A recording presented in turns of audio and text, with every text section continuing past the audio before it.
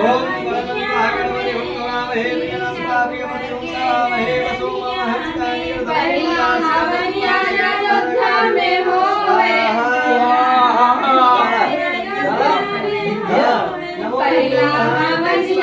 अयोध्या में होवे दशरथ जी के महलिया में श्री रघुवर के चरनिया में ओम करे पुष्पस्ति मेधा सावित्री वेदाया देवसे मंगल होवे हवनिया में श्री रघुवर के चरनिया में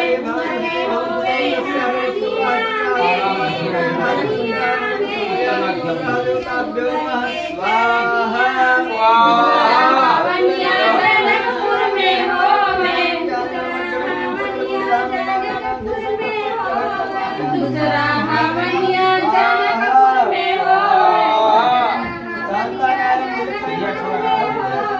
राजा जनक के महलिया में श्री रघुवर के चरनिया में ओम संभवे नमः स्वाहा ओम लक्ष्मी देव्यै नमः स्वाहा ओम सरस्वती देव्यै नमः स्वाहा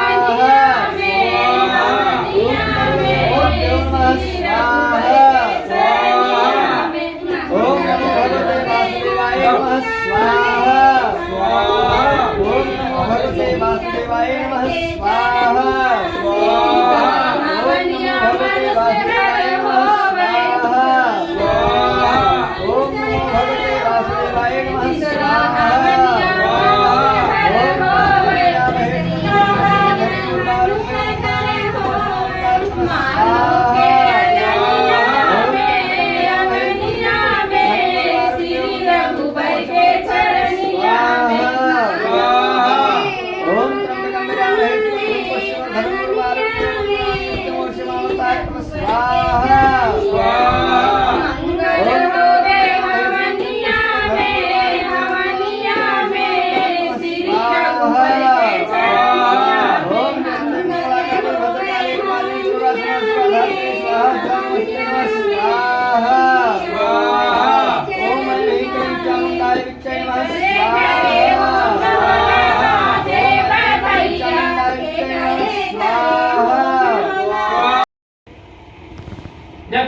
ताकि हमें अपने कलयुग में पापों से छुटकारा पाने वाला तथा धन धान्य देने वाला कोई उपाय बताइए।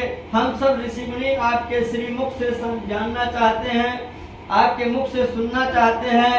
श्री सूत जी ने कहा कि नारदनेव संपृष्टो भगवान कमलापते सुरेशम यथावा हे मुनि समाहिता। हे मुनि श्रेष्ठ, तुम धन्य हो जिसने प्राणियों के कल्याण के लिए ऐसा उत्तम प्रश्न किया था।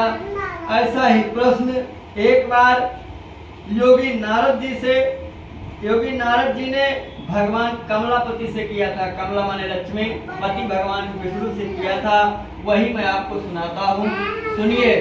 एक दानव दो योगे पुण्य आकांक्षा। एक दिन नारद जी सभी लोकों में भ्रमण करते करते मणि पृथ्वी लोक, पाताल लोक, विष्णु लोक, सभी लोकों में घूमते घूमते वह इस मृत्यु लोक पर आ गए, धरती पर आ गए, जहां उन्होंने देखा कि पृथ्वी पर सभी प्राणी अपने पाप कर्म के कारण बार बार जन्म लेते हैं और बार बार मृत्यु को प्राप्त होते हैं तथा अपने किए गए कर्म के फल को भोगते हैं। इन सभी प्राणियों को देखकर नारद जी को बड़ा दुख हुआ और नारद जी सोचने लगे कि इनका कष्ट किस प्रकार दूर हो, किस प्रकार इन्हें आवागमन से मुक्ति मिले। यही सब सोचते सोचते वह भगवान विष्णु जी के पास पहुंच गए, जहां उन्होंने देखा कि भगवान विष्णु शेष शैया पर विराजमान थे, नागों की चारपाई सिंहासन पर बैठे हुए थे।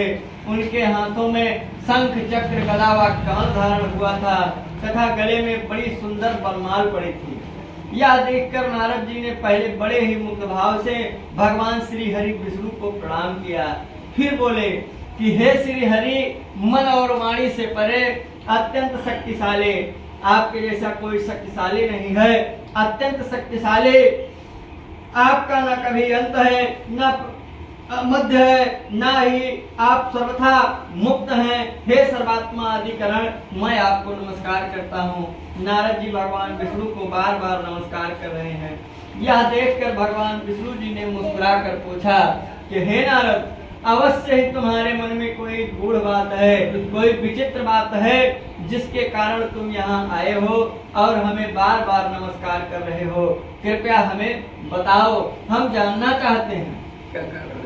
नारद जी ने कहा कि हे प्रभु, मृतलोके जना सर्वे नाना कलेश समुन्तान। इस मृतलोक पर, पृथ्वी लोक पर सभी प्राणी अपने पाप कर्म के कारण बार बार जन्म लेते हैं और बार बार मृत्यु को प्राप्त होते हैं तथा हर बार विभिन्न योनियों में जन्म पाते हैं। कभी मनुष्य बनते हैं, कभी जानवर बनते हैं और अपने किए गए कर्म के फल को भोगते हैं। अतः हे प्रभु, नारद जी कहते हैं कि हे प्रभु, यदि आप हमको मानते हैं तो इन मनुष्यों के दुख को दूर करने के लिए कोई सुगम उपाय बताइए, कोई छोटा उपाय बताइए जिससे इनके दुख को दूर किया जा सके।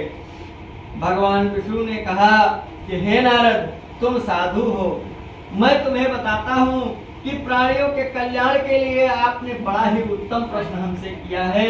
मैं आपको बताता हूँ कि किस व्रत व तप के करने से व्यक्ति मोह से छूट जाता है।